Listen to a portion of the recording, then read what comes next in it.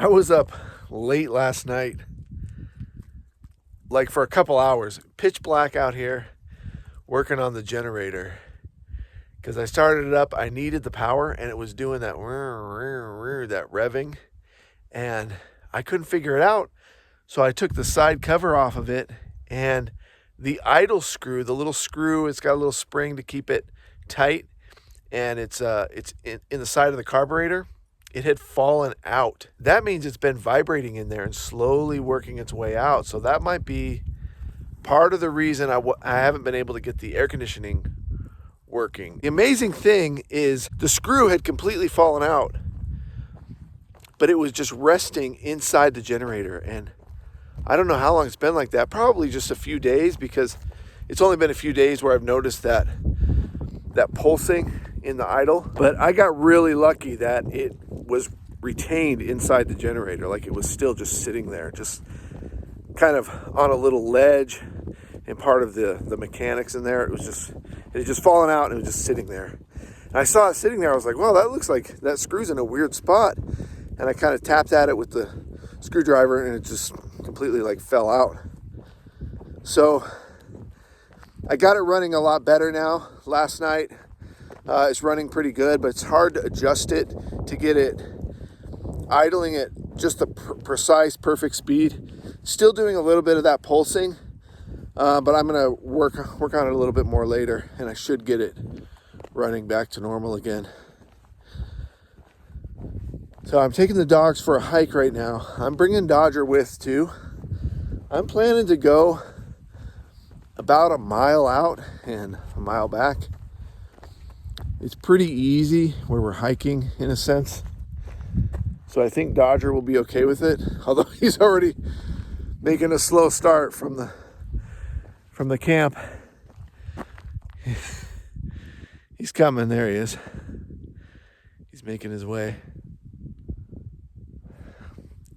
So we'll see. I mean, I can turn around if I need to. I've been wanting to take Mr. Echo out for a hike, just because we've had a lot of rain and wind, a lot of real intense wind. So we're up here on this levee, and we're just going to kind of hike around the levee here. But we'll be on this road that's on top of the levee for most of it. What do you think, Echo? You want to go for a hike? You want to go for a hike? Yeah? What about your brother?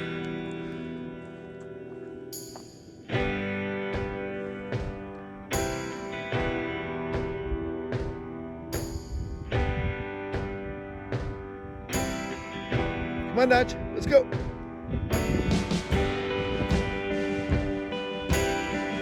The thing with Dodger is you can't let him fool you, because he starts out kind of slow, but once he starts hiking, gets warmed up, then he might be ahead of us or kind of taking his own path. Like he does okay once he kind of gets warmed up.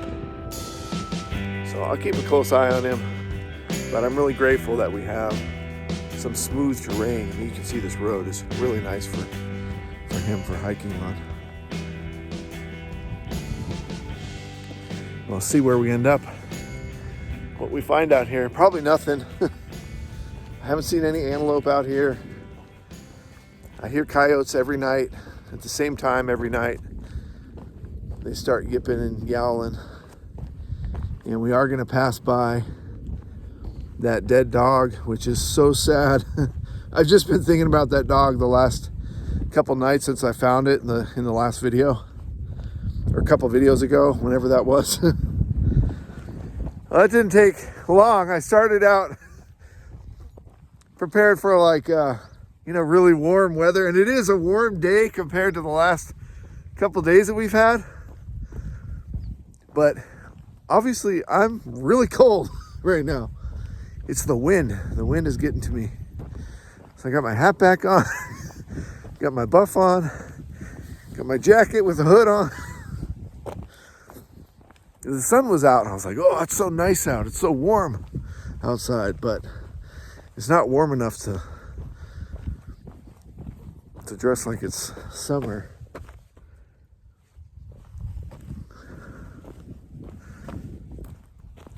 I think we just passed that dog. Yeah, he's right out there. It's so sad. I was just thinking about it for the last couple of days, like, I wonder what happened. And I started to realize the dog had a bandage on his leg, so he probably belonged to somebody that cared about him. So I'm sure, you know, the dog probably just died and then they left it out here. It's probably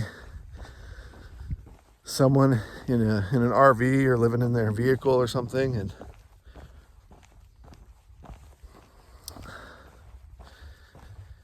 you know, you have to dispose of the body somehow. And I always wonder about that with my dogs, like, what am I gonna do when they're gone?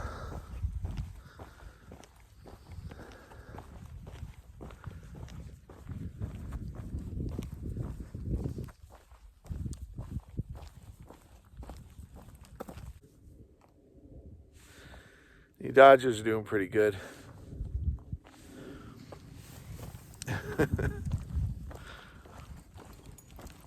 Somewhere out here, I think it's a mile or two out here, I think there's some sort of a ravine, but there's an actual cave out there that I've done very minimal research on. Supposedly, it's a very like cramped cave, or there's some areas that are really, really tight.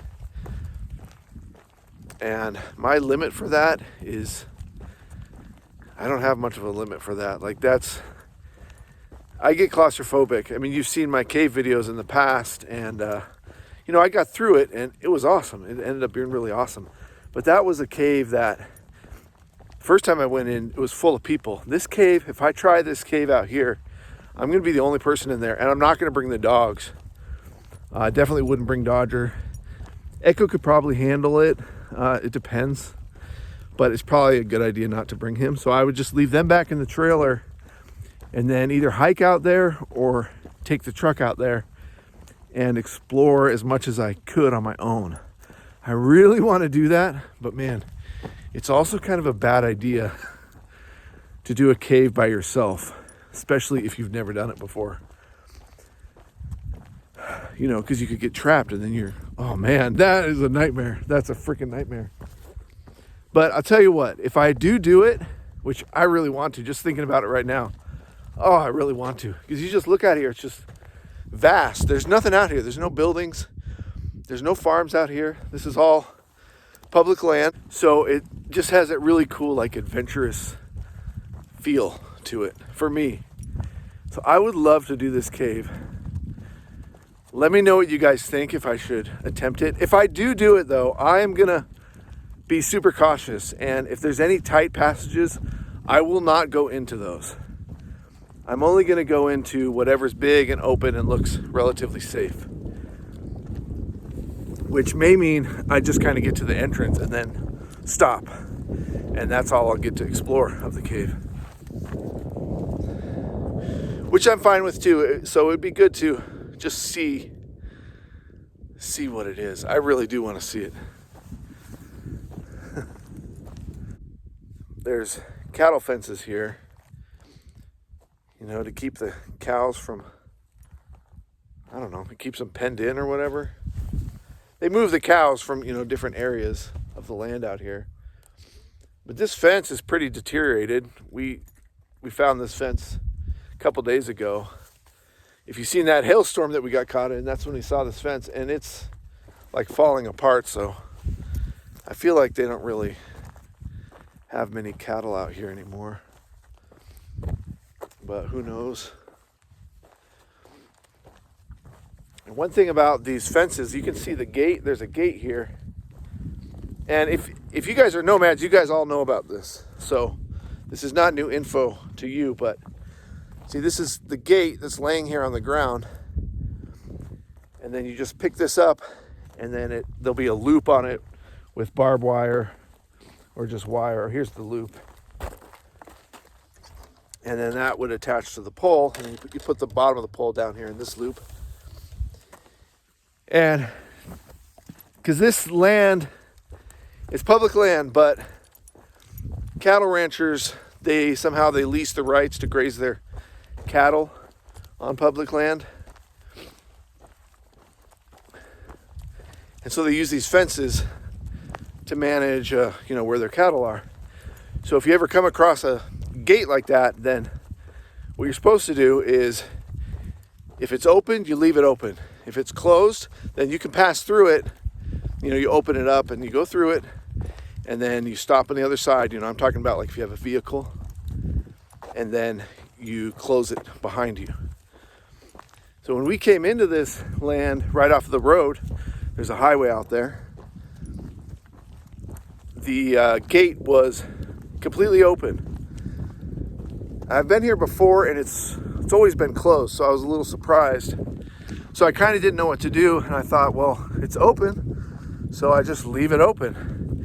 And then I did see some cattle kind of near our camp, and it's like, wow, they could just walk right out onto the road out there. But the idea should be that the ranchers, the people who have the cattle out here, kind of manage those gates, and I guess they check them every once in a while. But I'm sure people come through, random people like me, or just hikers, or people out here shooting guns or whatever, and they don't even think about that. They just open the gate and then they leave it open. And I mean, you could piss off some guy that's got a bunch of cattle. He might swing by your camp. That's what I always think about. And that's why I was worried, because I was like, wait, the gate's open. What if the rancher comes by and he's like, hey, did you leave that gate open? And I'd have to say, no, it was open when I came in, so I just left it open. But that's never happened. But sometimes ranchers or the cattle ranchers, they will come by and they'll talk to you. I've talked to a couple of them before in the past, and they've always been really nice. But that's because I didn't do anything to piss them off. Dodger's doing pretty good. He is pretty far behind though, so we're gonna stop here in a minute, and I'll give him some water. This is great weather for him though.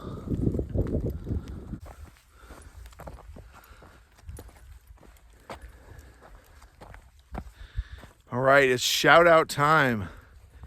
I want to thank Dungon and Matt Moschetta and Joseph Baran. Dungon sent us a little bit of cash through PayPal, helping us support the channel. Super awesome. Thanks, Dungon. And then Matt Moschetta and Joseph Baran, you guys sent super thanks, and that was back in August. So I'm sorry, I'm just getting to the shout outs now, but sometimes I forget. I keep track of them, but sometimes I just forget to give you guys that shout out, just because we're kind of doing other stuff and I get caught up. And you can see this area has been burnt out here.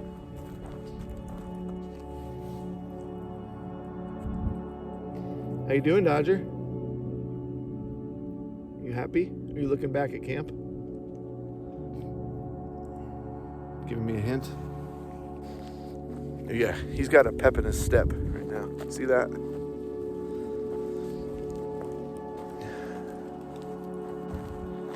Wow, I mean, it's barren out here. It's very cool. I guess this video is just kind of turning into a walk and talk. Just kind of my random nomadic thoughts. When I was working on the generator at night, I mean, it was freezing, it was windy and cold, but I had my headlamp on. Then the battery starts going on the headlamp after about an hour and a half out there working on it, the generator. And I'm just focused on the generator. I'm squatted down at the generator, and then out of the corner of my eye, like right next to me, right next to the generator, something moved. It creeped me out. I jumped back, and all it was a little tiny toad, about 3 or 4 inches long. And I guess it was coming to my light, trying to get bugs and things like that. And so I let it hop into my hand, and then I moved it back into the bushes because it was wet. It was after that big rain So the ground was totally soaked, and I'm sure that's what encouraged the toad to come out. It's just funny, the things that scare the crap out of you. I had another scare, and this is another stupid one, but I'm all by myself. But it scared Echo even. We were just sitting in the trailer watching YouTube, and then boom, the trailer just like kind of shifts. And I didn't know what it was. The only thing I could think of was like a cow bumped into the side of the trailer, or a vulture landed on top. It was kind of violent. The thing was, it was super windy. So what it turns out, what it was just the trailer settling. Maybe the springs kind of shifted.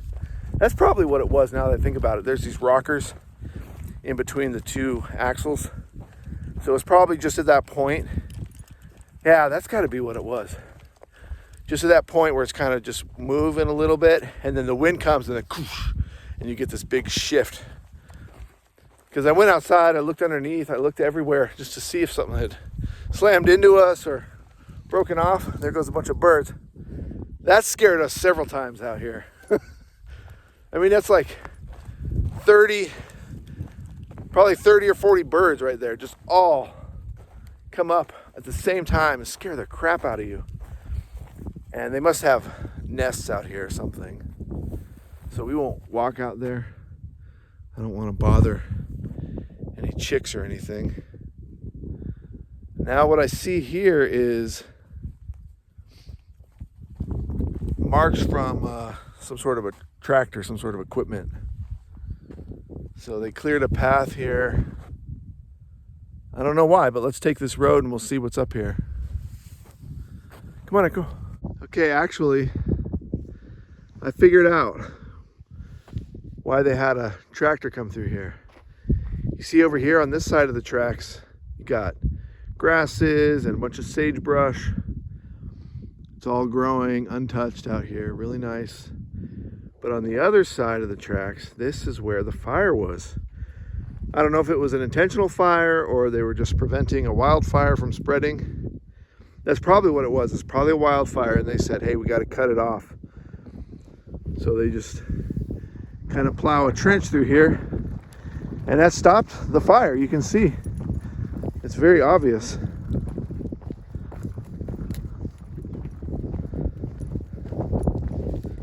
Now Mr. Echo sees something. What is it? Do you smell something?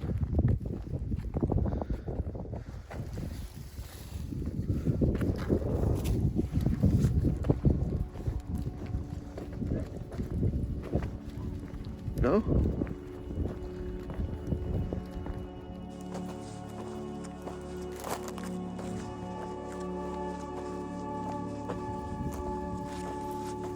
Not through there. Echo, this way.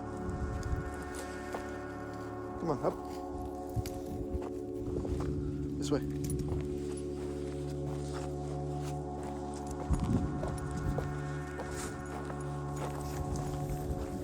Out here is where the coyotes live. This is the direction that I hear them yelping every night at the same time at night. And it sounds like there's probably 10 of them, something like that.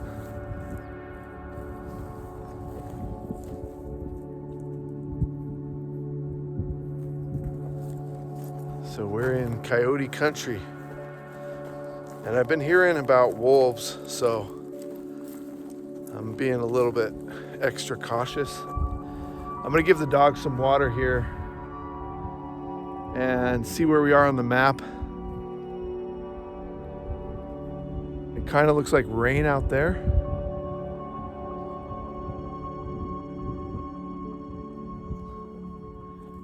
But we're out here. Yeah, we're really far out here. Dodger, want some water? Dodger, come on.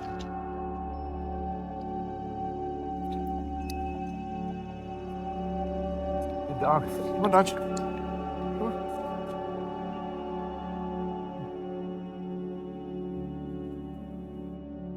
I swear am I feeling rain? I can smell it. I can see it, and the wind is getting colder. So I'm pretty sure it's blowing this way. I wasn't really expecting rain today.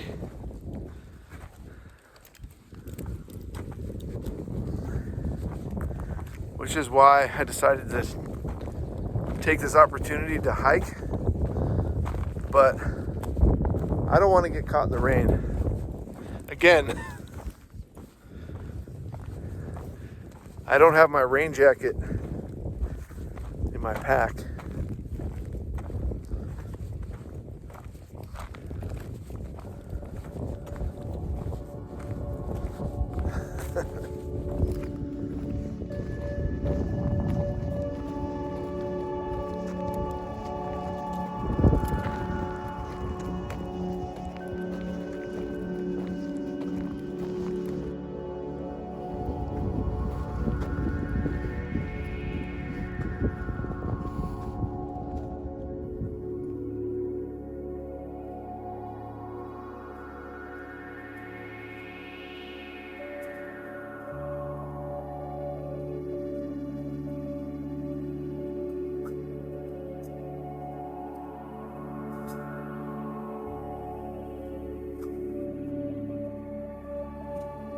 There's some birds flying around really low to the ground out here. So it makes me think of bird nests in the ground, but there's like nothing out here. It's completely barren. So I'm just looking around for eggs that I don't want to step on.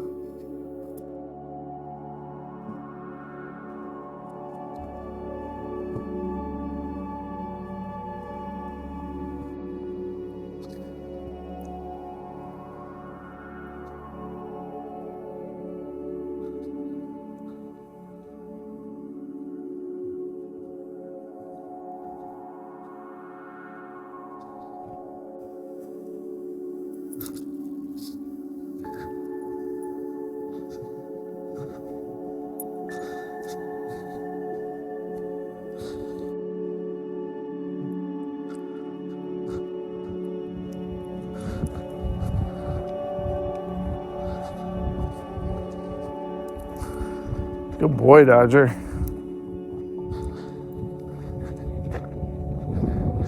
Yeah, we went pretty far. We got to go about a quarter the length of this levee out here.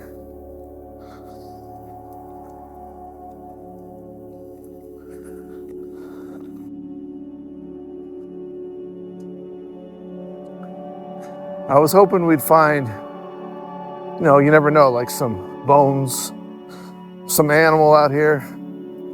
There's nothing out here though. I did find a skull out that way yesterday. Maybe I'll head out there in the next video and we can see what it is. But until then, hit that like button, you guys. Let us know you're watching. We like to know you're watching. Thanks for subscribing. And hit that bell so you get notified of all of our videos. It's a challenge for me to upload them from a place like this, but I did find a spot where I can upload pretty fast, but I have to hike to it. It's kind of fun to have to do that. As long as I can find a signal, it works, But then I'm standing out in the cold uploading, so I'm doing my best trying to upload a lot of videos in situations like this. That's what I'm trying to say.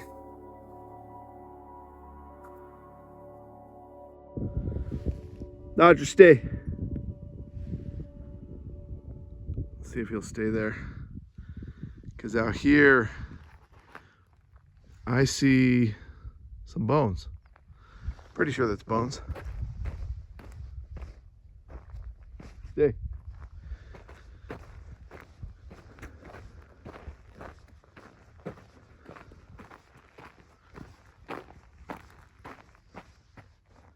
Dodger, stay. He's not gonna stay. Is he gonna come down? He better not come down. Stay.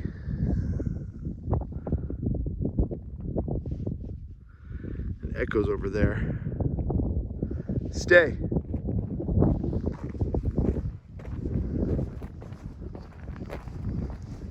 Back in the day, when he could hear and see better, he would really listen to my commands, but now he's just a little bit more cautious, so if I walk away, he starts to come.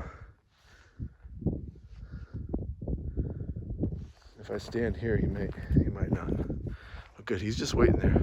Echo's waiting over there too. Can you see him? He wants to go back to camp. Now, for all you guys worried, here's the bones. Okay, not that interesting, but we did see some bones. Pretty old bones. All you guys worried about me having Echo off of his leash. You know, I could see over here that there wasn't any animals, so that's why I did it kind of at the last minute as we're getting close to camp. But generally, I mean, I really do keep him on his leash. Unless I'm sure there's not going to be an issue. Good boy. Good Dodger. I'm so glad he waited. Let's see if I can get Echo to come with just a hand signal. Look at that. I just did one hand signal. You couldn't see it because I'm off camera. I didn't make any noise. And here he comes. See? And here comes. Look at that. He's a good dog. Good boy, Echo. I think Echo was waiting over there because I was telling Dodger to wait. And so he's eating grass right now. And so I think he thought I was telling him to wait too. So he's a good dog. He's a really good dog. But I have one hand signal that I can use from a distance. You know, because sometimes maybe my voice won't carry because he's so far away. So if I put my hand up straight up in the air like this and then bring it quick down to my side like that, he'll come right to my finger. He's doing it right now. Well, he's in front of me, but he came running. See, watch. Echo. See, when he sees it, he's trotting. So he'll come right to my finger. Good boy, and he'll sit right there. Good dog. Good dog. And he's happy. Good boy. Okay, let's go back to camp.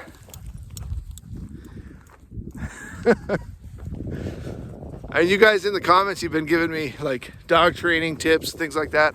I'm not a dog trainer. Like I love dogs and I like working with my dogs. And we're lucky because we have a pretty good connection together because we're with each other like literally 24/7. So I kind of make up my own hand signals. Sometimes I do see people using hand signals on YouTube, that kind of thing. So I adopt some of those for myself. But it's all like utilitarian stuff. You know, oh, he's off in the distance, I'm on the other side of a field and I need him to come and I can't yell. I do have a whistle here, so I have a whistle call I can do and that'll make him come.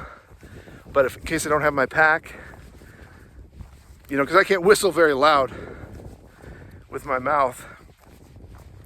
So I have to have these signals, you know. I got signals for stay, I got signals for wait, I got signals for, you know, if we're gonna go up a mountain or go down a mountain or up a boulder, all those kind of things.